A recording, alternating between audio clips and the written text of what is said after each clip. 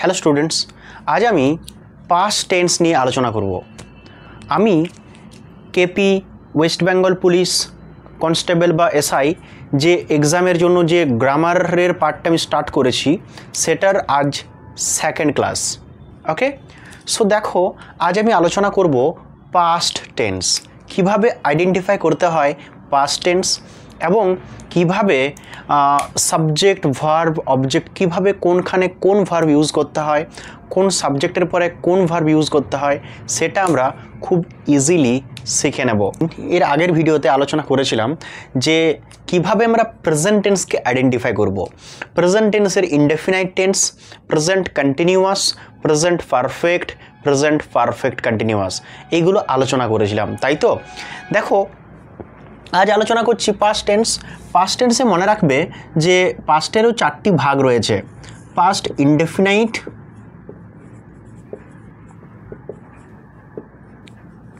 Past continuous,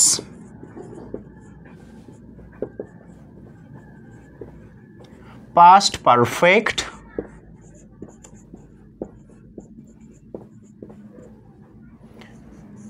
আর perfect continuous.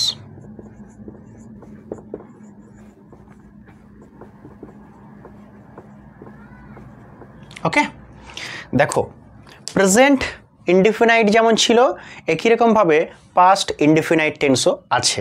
দেখো present indefinite টেন্সে সাবজেক্টের পরে V1 ইউজ করতে হতো, সাবজেক্টের পরে ভার্ব 1 ইউজ করতে হতো। এখানে পাস্ট ইনডিফিনাইট টেন্সে প্রথমে সাবজেক্ট তারপরে V2 ইউজ করতে হবে, মানে ভার্ব 2। আমি ভার্বের যে 5টা ফর্ম বলেছিলাম, present form, past form, past participle form, present participle form আর ভার্বের সিঙ্গুলার ফর্ম। মনে রাখবে যে পাস্ট ইনডেফিনাইট টেন্সে সাবজেক্টের পরেই ভার্ব 2 ইউজ করতে হয়, সাবজেক্টের পরেই ভার্ব 2 ইউজ করতে হয়। যেমন একটা এক্সাম্পল দিচ্ছি, ধরো বললাম যে I went to Delhi, I went to Delhi. এই যে ওয়েন্ট আছে এটা হচ্ছে ভার্ব 2।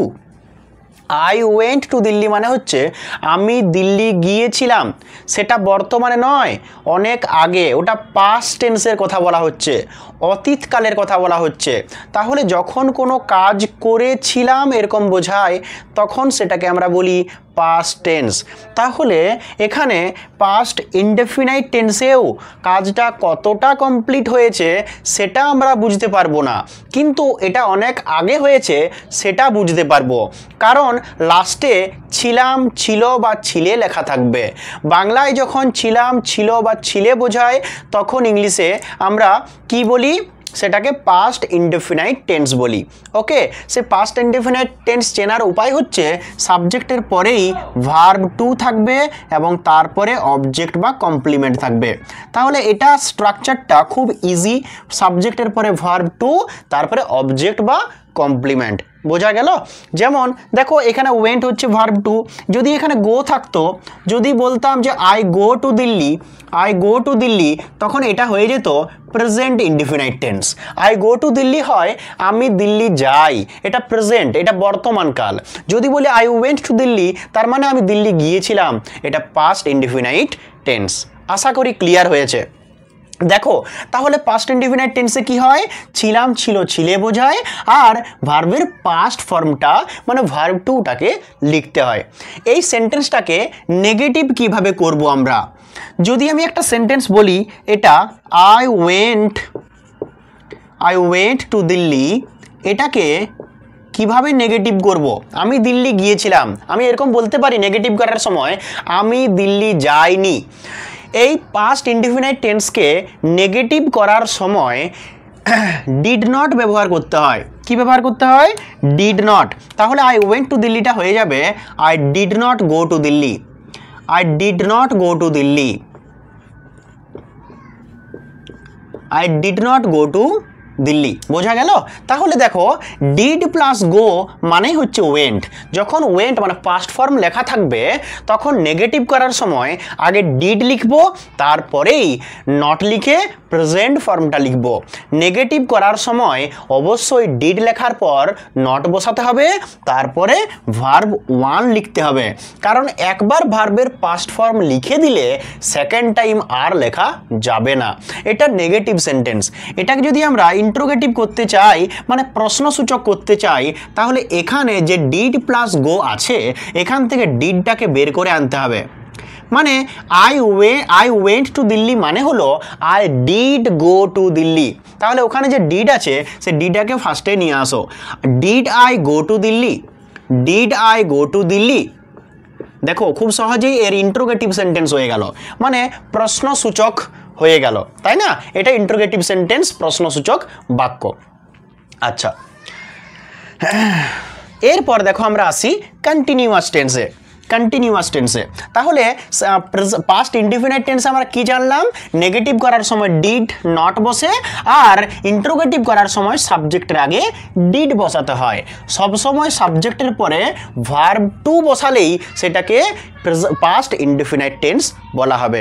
ভার্ব টু মানে ভার্বের পাস্ট ফর্ম থাকলেই সেটা বুঝে নেবে এটা হচ্ছে পাস্ট ইনডিফিনিট টেন্স। আর তাছাড়া আর এমন কোনো টেন্স নেই যে টেন্সে ভার্বের পাস্ট ফর্ম বসে কিন্তু সেটা পাস্ট ইনডিফিনিট টেন্স নয়। ঠিক আছে? আশা করি বোঝা গেল। এবার দেখো আমরা আসি পাস্ট কন্টিনিউয়াস টেন্স। আমরা পাস্ট ইনডিফিনিট টেন্স বুঝলাম, এবার দেখো past continuous tense. Past continuous tense, okay. দেখো আমি আগের ভিডিওতে বলেছিলাম যে পাস্ট কন্টিনিউয়াস মানে হলো ভার্বের সাথে আইএনজি যোগ থাকবে, ভার্বের সাথে আইএনজি যোগ থাকবে, তাই তো? তাহলে প্রেজেন্ট কন্টিনিউয়াস টেন্সের রুল বলেছিলাম যে এম ইজ আর ইউজ করতে হয়, আর কন্টিনিউয়াস টেন্সের জন্য ভার্বের সাথে আইএনজি যোগ করতে হয়, মানে প্রেজেন্ট পার্টিসিপেল ফর্ম লিখতে হয়। একই রকমভাবে পাস্ট কন্টিনিউয়াস টেন্সে ওয়াজ বা ওয়্যার হয়। প্রথমে সাবজেক্ট, তারপর ওয়াজ বা ওয়্যার হবে, ঠিক আছে? তারপর ভার্বের সাথে আইএনজি যোগ করবে, তারপরে অবজেক্ট, ওকে। তাহলে প্রথমে সাবজেক্ট, তারপর ওয়াজ বা ওয়্যার বসবে এই পাস্ট কন্টিনিউয়াস টেন্সে। ওয়াজ বা ওয়্যার হচ্ছে এম ইজ আর এর পাস্ট টেন্স, ঠিক আছে? যেহেতু কন্টিনিউয়াস টেন্স অবশ্যই ভার্বের সাথে আইএনজি যোগ করতে হবেই হবে। ক্লিয়ার হয়েছে? দেখো এবার মানেটা কেমন হবে? পাস্ট কন্টিনিউয়াস টেন্স তো চিনে গেলাম যে ওয়াজ ওয়্যার বসবে আর ভার্বের সাথে আইএনজি যোগ হবে, ক্লিয়ার, তাই না? কিন্তু এটার বাংলা মানেটা কেমন? কন্টিনিউয়াস মানে ঘটমান, মানে যেটা ঘটছিল, এখন নয়, বর্তমান কালে ঘটছে বোঝালে সেটা প্রেজেন্ট কন্টিনিউয়াস হয়ে যায়। অতীতকালে অনেক আগে কোনো কাজ ঘটতে ছিল বা চলছিল যদি বোঝায় তখন সেটাকে বলা হবে পাস্ট কন্টিনিউয়াস। যেমন আমি গতকাল কলকাতা যাচ্ছিলাম, এখন যাচ্ছি নয়, আমি গতকাল যাচ্ছিলাম, মানে গতকাল কোনো একটা কাজ যখন চলছিল বোঝায় তখন সেটাকে আমরা বলবো পাস্ট কন্টিনিউয়াস টেন্স। গতকাল আমি এখানে আসছিলাম, মানে গতকাল আমার আসা কাজটা চলছিল, আসা কাজটা ঘটছিল, হচ্ছিল, এটাকে আমরা বলি পাস্ট কন্টিনিউয়াস টেন্স, ওকে। এবার এই সেন্টেন্সটাকে নেগেটিভ করার সময় খুব ইজিলি করা যায়, ওয়াজ ওয়্যারের পরে নট বসিয়ে দেবো। একটা এক্সাম্পলের সাহায্যে বোঝার চেষ্টা করি। ধরা বললাম যে I was going to Delhi. দেখো আগের যে এক্সাম্পলটা দিয়েছিলাম আই ওয়েন্ট টু দিল্লি মানে হলো আমি দিল্লি গিয়েছিলাম, কিন্তু এটার মানে দেখো I was going to Delhi বলতে বোঝায় আমি দিল্লি যাচ্ছিলাম। ওয়াজ বা ওয়্যার থাকার পরে যদি আমরা আইএনজি যোগ করি তখন বোঝাবে যে কোনো একটা কাজ হচ্ছিল, কন্টিনিউয়াসলি চলছিল, okay. So I was going to Delhi মানে আমি দিল্লি যাচ্ছিলাম। এই সেন্টেন্সটাকে যদি নেগেটিভ করতে চাই তাহলে এটা নেগেটিভ হবে I was not going to Delhi, I was not going to Delhi মানে আমি দিল্লি যাচ্ছিলাম না, আমি দিল্লি যাচ্ছিলাম না, ঠিক আছে? এবার এটাকে ইন্ট্রোগেটিভও করা যায়। ইন্ট্রোগেটিভ করতে গেলে এই ওয়াজকে সাবজেক্টের জায়গায় এবং সাবজেক্টকে ওয়াজের জায়গায় নিয়ে গেলেই সেটার ইন্ট্রোগেটিভ হয়ে যাবে, আর লাস্টে একটা কোশ্চেন মার্ক দিতে হবে। তাহলে দেখো এটা ইন্ট্রোগেটিভ করতে গেলে হবে যে was was I going to Delhi, was I going to Delhi. দেখো খুব ইজিলি এটার ইন্ট্রোগেটিভ সেন্টেন্স হয়ে গেল, হলো কি না? দেখো তাহলে আমরা পাস্ট কন্টিনিউয়াস করলাম, সাবজেক্টের পরে ওয়াজ বা ওয়্যার, তারপর ভার্বের সাথে আইএনজি যোগ। এবার আসি পারফেক্ট টেন্সে।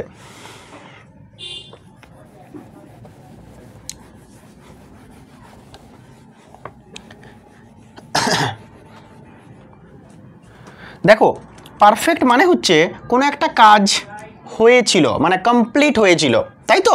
পারফেক্ট মানে কোনো একটা কাজ কমপ্লিট হয়েছিল বোঝাবে। কেন? কারণ এটা তো পাস্ট টেন্স, এটা তো বর্তমান নয়, এটা তো প্রেজেন্ট নয় যে হয়ে গেছে বলবো, এটা পাস্টে অনেক আগে হয়েছিল। তার মানে পাস্ট পারফেক্ট টেন্স বলতে বোঝাবে যে যদি কোনো একটা কাজ অন্য একটা কাজের আগে হয়েছিল বোঝায়। মানে ধরো অতীতে দুটো কাজ হয়েছিল বা দুটো ঘটনা ঘটেছিল, তার মধ্যে যে কাজটা আগে কমপ্লিট হয়েছিল এরকম বোঝাবে। তার সাথে যে সাবজেক্ট আছে না, সেই সেন্টেন্সের সাবজেক্টের সাথে আমরা হ্যাড ইউজ করব, মানে সেই সেন্টেন্সটাকেই আমরা পাস্ট পারফেক্ট টেন্স বলবো। পাস্ট পারফেক্ট টেন্স তখনই সেটাকে বলা হবে যখন কোনো একটা কাজ অপর একটা কাজের আগে ঘটেছিল বোঝাবে। যদি আমি বলি যে আমি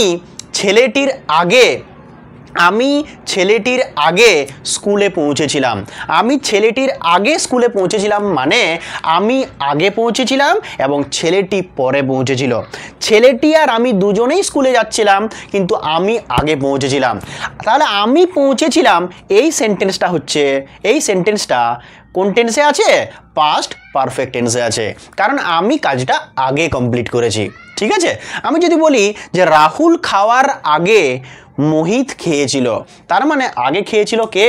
আগে খেয়েছিল মোহিত। তাহলে মোহিত খেয়েছিল এই সেন্টেন্সটাকে আমাকে লিখতে হবে পাস্ট পারফেক্ট টেন্সে। পাস্ট পারফেক্ট টেন্সে লিখতে হয় কিভাবে? পাস্ট পারফেক্ট টেন্সে একটা সেন্টেন্সকে লিখতে গেলে আমাকে সাবজেক্টের পরে হ্যাড বসাতে হবে। সাবজেক্টের পরে কি বসাতে হবে? হ্যাড।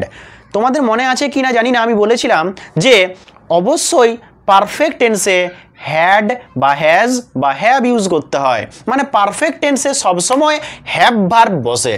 এটাও দেখো পারফেক্ট টেন্স, কিন্তু যেহেতু এটা পাস্ট পারফেক্ট টেন্স তাই হ্যাডেই হবে, শুধু হ্যাড।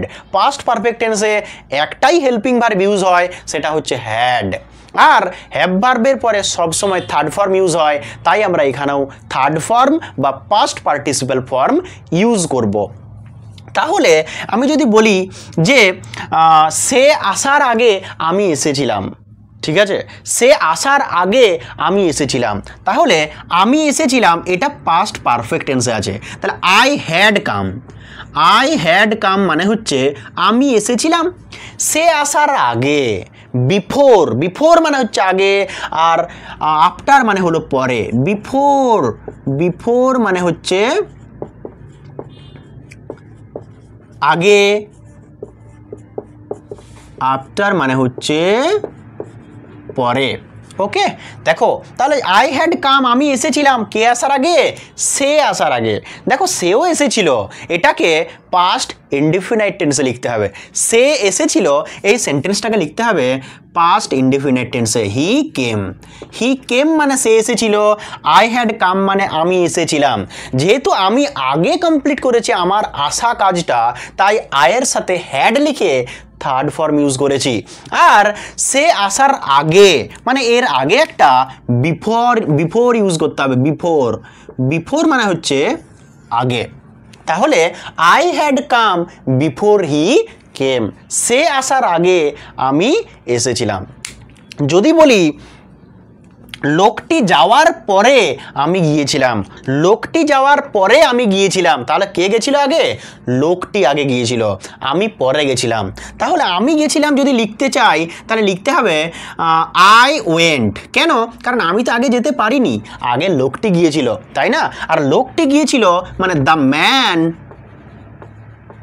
হ্যাড গন লিখতে হবে, দ্য ম্যান হ্যাড গন। ভালো করে বোঝার চেষ্টা করো, এখানে আমরা দুজনেই গিয়েছিলাম, কিন্তু আমি গিয়েছিলাম পরে আর লোকটি গিয়েছিল আগে। আমি বললাম যে লোকটি যাওয়ার পরে আমি গিয়েছিলাম, তার মানে লোকটি যাওয়া কাজটা আগে কমপ্লিট করেছিল, তাই তার সাথে মানে লোকটির সাথে আমরা হ্যাড ইউজ করেছি, আর আমি গিয়েছিলাম এটাকে পাস্ট ইনডেফিনিট টেন্সে লিখেছি। দেখো সে মানে লোকটি যাওয়ার পরে, তাহলে পরের ইংলিশ হচ্ছে আফটার, তাই এখানে আমরা লিখব after. Okay, so I went after the man had gone. আমি গিয়েছিলাম লোকটি যাওয়ার পরে। আশা করি ক্লিয়ার হয়েছে। এই যে হ্যাড, যে টেন্সটাতে আমরা যে সেন্টেন্সটাতে হ্যাড ইউজ করছি সেইটুকু সেন্টেন্সকেই বলা হয় পাস্ট পারফেক্ট টেন্স। ক্লিয়ার হয়েছে? এরপর দেখো আমরা আসি পারফেক্ট কন্টিনিউয়াস টেন্স।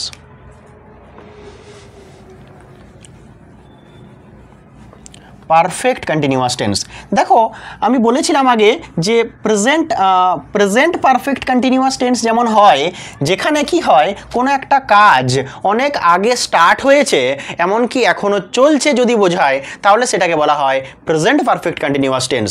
একই রকমভাবে যদি কোনো একটা কাজ স্টার্ট হয়েছিল এরকম বোঝায় এবং চলছিল, হয়েছিল অনেক আগে এবং তারপরেও চলছিল যদি এরকম বোঝায়, তখন সেটাকে বলবো পাস্ট পারফেক্ট কন্টিনিউয়াস টেন্স। মানে কোন একটা কাজ কিছুটা কমপ্লিট হয়েছিল এটাও বোঝাবে, আবার চলছিল এটাও বোঝাবে।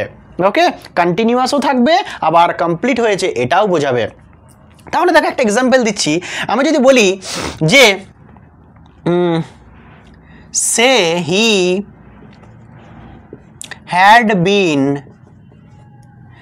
had been reading a newspaper. He had been reading a newspaper for an hour.